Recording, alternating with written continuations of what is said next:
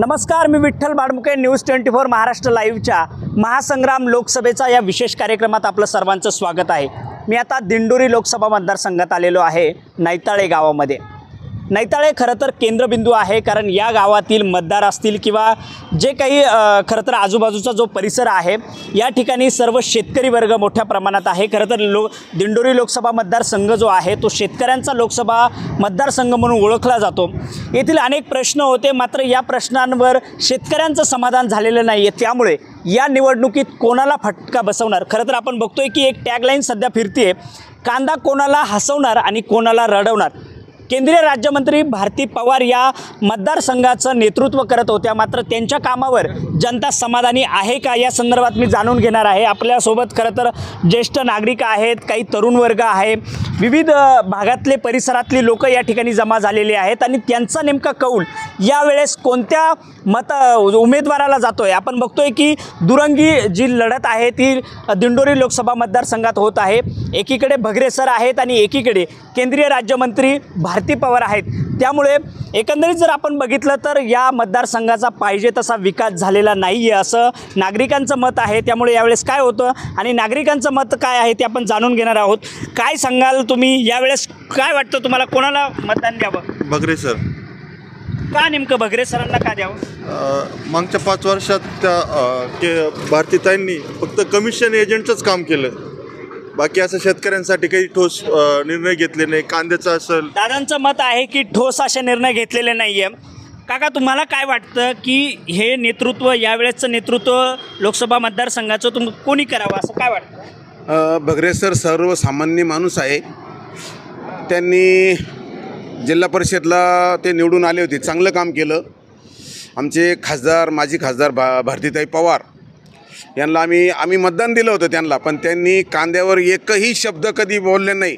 निर्यात शुल्क वाढले त्यावेळेस शेतकऱ्यांचं खूप मोठं नुकसान झालं.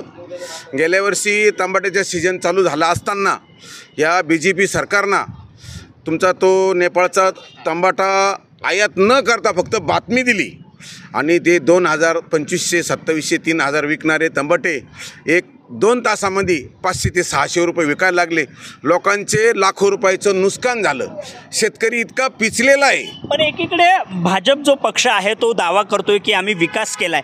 खरंच विकास झालाय? विकास नाही झाला. रस्ते, मंदिरं बांधून काय सर्वसामान्य शेतकऱ्यांना काय भेटणार आहे? राम मंदिर बांधलं, राम मंदिरात गेल्यावर फक्त मानसिक समाधान भेटणार आहे.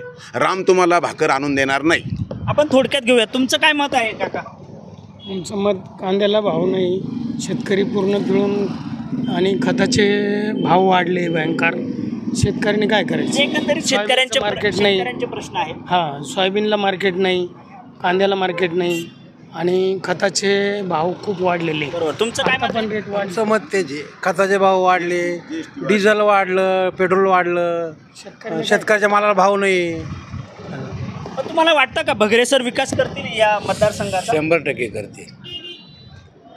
विकास होणार ते आल्यावर. नेमकं ज्या भारती पवार आहेत, खरं तर भारती पवार ह्या प्रत्येक त्यांच्या भाषणामध्ये उल्लेख करतात की माझ्या मतदारसंघाचा मी विकास केला आहे. तर झाला विकास? विकास हा फक्त शेतीमालाला मार्केट जर दिलं तरच विकास होणार. बाकी तुमचे राम मंदिर वगैरे ते बांधून विकास नाही होणार. तुमचं काय मत आहे? आत्तापर्यंत स्वातंत्र्य मिळाल्यापासून असा एवढा नालायक पंतप्रधान काही भारताला मिळाला नाही. माझं स्पष्ट मत आहे. पण पंतप्रधान नरेंद्र मोदी जे आहेत ते वारंवार भाषणामध्ये उल्लेख करत आहे की आपण बघतोय की त्यांचं मत आहे की जेव्हा आमचं भाजपचं सरकार आलं केंद्रामध्ये तेव्हा कुठेतरी विकास झालेला आहे. शेतकरी मेले पातीला. जर आता पुढं 5 वर्ष झालं तर शेतकऱ्याच्या हातात कटोरच मिळेल भीक मागायला. सगळं भिकारचोट भारत बनवला त्याने. काय गरज शेतकरी असं म्हणतो, काय गरज आहे त्याला हे 2,000 रुपये देण्याची? कोण मागायला गेलं का त्याच्याकडे द्या म्हणून आम्हाला 2,000 रुपये? रास्त भाव द्या तुम्ही शेतमालाला, शेतकऱ्याला. बाकीचं काही नाही. भाव झाला तरी कांदा आयात केला नव्हता. 6,000 रुपये उन्हाळ्यात. मी 5700 रुपये कांदे विकले तरी कांदा आयात केला नाही. राशन फुकट द्या नाही, आमकं फुकट द्या. काय काय गरज? मध्ये काही गरीब जनता आहे त्यांच्या भल्यासाठी. गरीब जनता सुद्धा नाही, काहीच नाहीये. जे आहे ते सगळे शेतकरी बिचारे गरीब सगळं. मग बरं का साहेब, 1-2 क्विंटल कांदे आहे ना या आता समजा उन्हाळ्यामध्ये एप्रिल मे मध्ये भाव कमी राहतो ना, त्यांनी घेऊन स्वतःच्या रूममध्ये ठेवावे.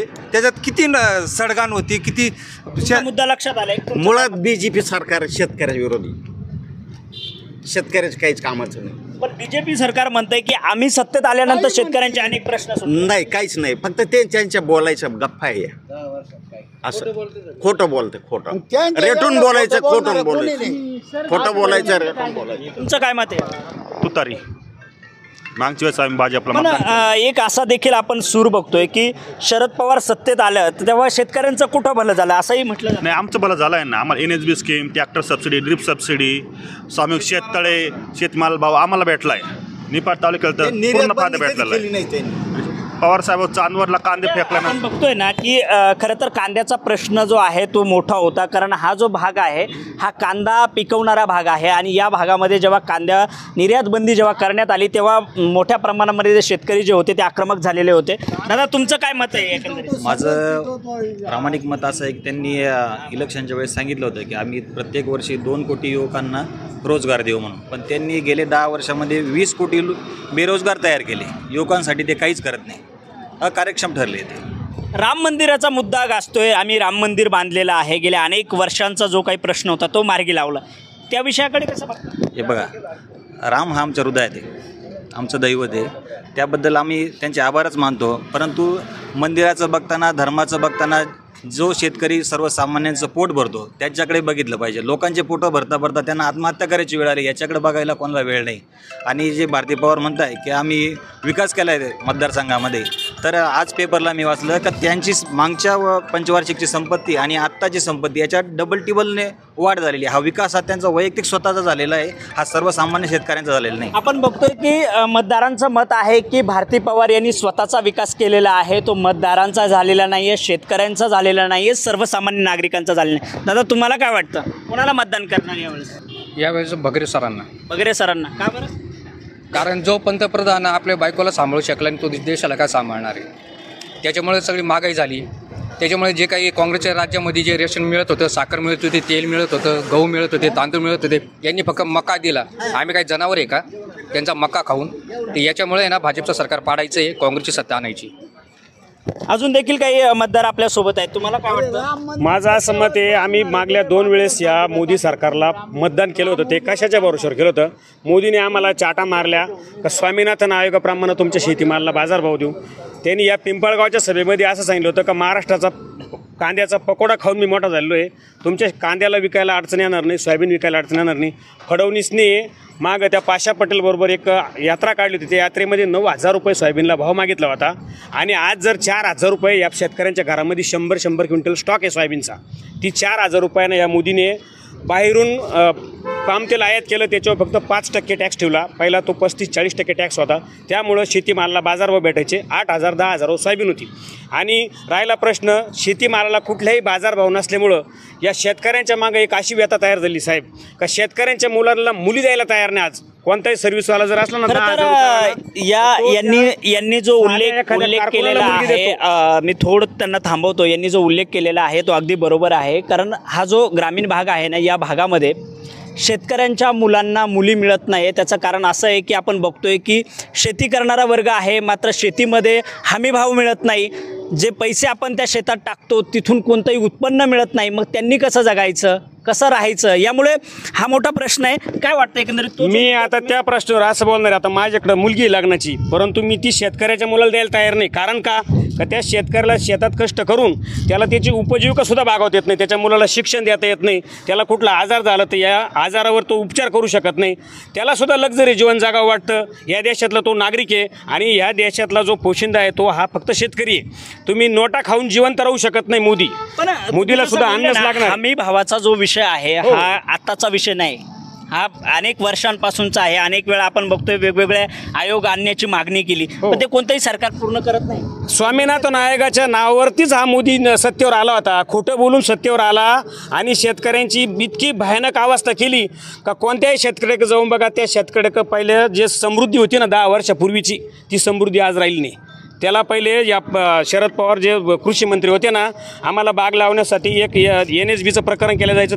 जमीन लेवल केल्यापासून त्याला सबसिडी दिली जायची. त्याच्यानंतर प्रत्येक ट्रॅक्टर घ्यायला सबसिडी दिला जायची, तुमचा अवजार असेल त्याला सबसिडी दिला जायची. आज अशी पद्धत झाली, तुम्ही ऑनलाईन असाल तरच ते तुम्हाला मिळतं. लक्षात आलंय काकांना काहीतरी मुद्दा मांडायचा, काय वाटतं तुम्हाला? ड्रिप इरिगेशनसाठी शरद पवार साहेबांनी फार मोठं कार्य केलेलं आहे. पण असं म्हटलं जातंय की भगरे सर जे उमेदवार दिलेले आहे हा चेहरा नौखा आहे, पण पवार साहेब मेन आहे. भगरे कसे असू द्या आम्हाला चालल. पवार साहेबामुळे तरुण वर्ग आपल्या सोबत आहे. दादा तुम्हाला काय वाटतं, कोणाला मतदान करणार? खरं तर तरुणांची भूमिका ही महत्वाची आहे. काय वाटतं? भगरे साहेबांना भगरे साहेबांना मतदान करणार. अजून देखील काही नागरिक आपल्या सोबत आहे. या केंद्र सरकारने 22 पाया निर्णय बांधला कांद्याच्या बाबतीत. अशी एवढी झटपट निर्णय कोणतेच नाही. इलेक्शन 22 शेतकऱ्यांची कुठलीही मागणी नसताना आता एक्सपोर्टचं नाटक केलं. एक्सपोर्टचं नाटक इतकं मोठं केलं का 2 दिवस टीव्हीला बातमी चालली, 1200 रुपयाचा कांदा 2200 रुपये गेला. त्या व्यापाऱ्यांनी बिचाऱ्यांनी तो माल खरेदी केला. 400 कंटेनर आता तिथं बंदरात पडलेले. त्या व्यापाऱ्यांचं सुद्धा इतकं मोठं आर्थिक नुकसान होणार आहे. केंद्रीय राज्यमंत्री तुमचं नेतृत्व करत होत्या, तुम्ही त्यांच्याकडे काही डिमांड केली? नेतृत्वाकडे 2 वेळा 4 वेळा आम्ही संपर्क करून बघितला.